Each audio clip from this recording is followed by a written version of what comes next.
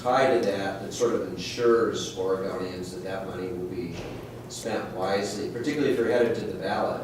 Absolutely, and Chris, I wish I'd brought down the toothpaste squeezer to show these guys. Yes, the school improvement fund specifically is a great example of that. It's total, let's see, $800 million to K through 12 schools, focus around improving high school graduation rates, focus on reducing class sizes in K through 3, and increasing the school year to 180 days. I've asked the superintendents when I met with them in November to come up with funding plans so that we are connecting the dots for taxpayers. Obviously for Enterprise School District, lower class sizes is not a problem. I think the average class size is about 16 or 17 students at Enterprise. So obviously the Enterprise superintendent needs to come up with a different funding plan that would ensure his or her students benefit from this package. But I want people to be able to see it, to touch it and taste it. And then I think the second piece that we are proposing is continued auditing of the school improvement fund. And then we did in, I think it was completed in December of 2016, the chronic absenteeism plan.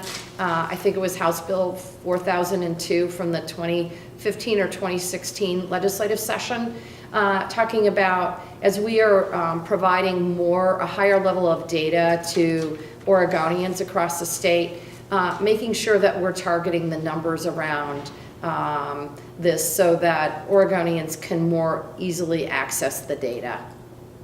So I would say all three of those pieces. Governor, on a related note, what did you learn from the Secretary of State's audit of the Portland School District and Oregon Department of Education funding? So here's what I would say about audits, and I think for me they're a really important tool. They're essentially a roadmap to better performance.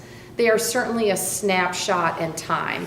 And what that audit said to me for the work we are doing at the Oregon Department of Ed is that we are on the right track, that the work we are doing to streamline accountability of grants, the work we are doing to ensure a higher level of transparency, that we're doing the right things. We just have to continue doing it, and the audit provides us with very clear timelines on how to get it done.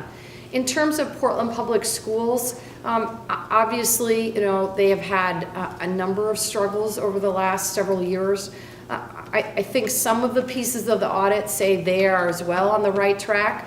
I think what was most stark to me is the failure, and I talked a little bit about this on Monday, the failure of both Portland Public Schools and frankly our entire education system to serve our children of color, and the fact that we really have left rural Oregon behind. And so I had 2 meetings this week with the Deputy Superintendent Colt Gill and team around chronic absenteeism and around career and technical ed.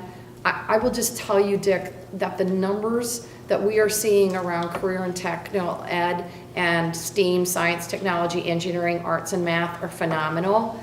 For example, this last year's school numbers, our high school graduation rates for Native American students are at roughly 59–60%, have been at that level. If these students have access to one or more classes of CTE and hands-on learning, their graduation rate goes up to somewhere in the neighborhood of 85–89%. So we know career and technical ed is key. We know that getting students to attend school is key, and we've got to double down on these efforts. Governor?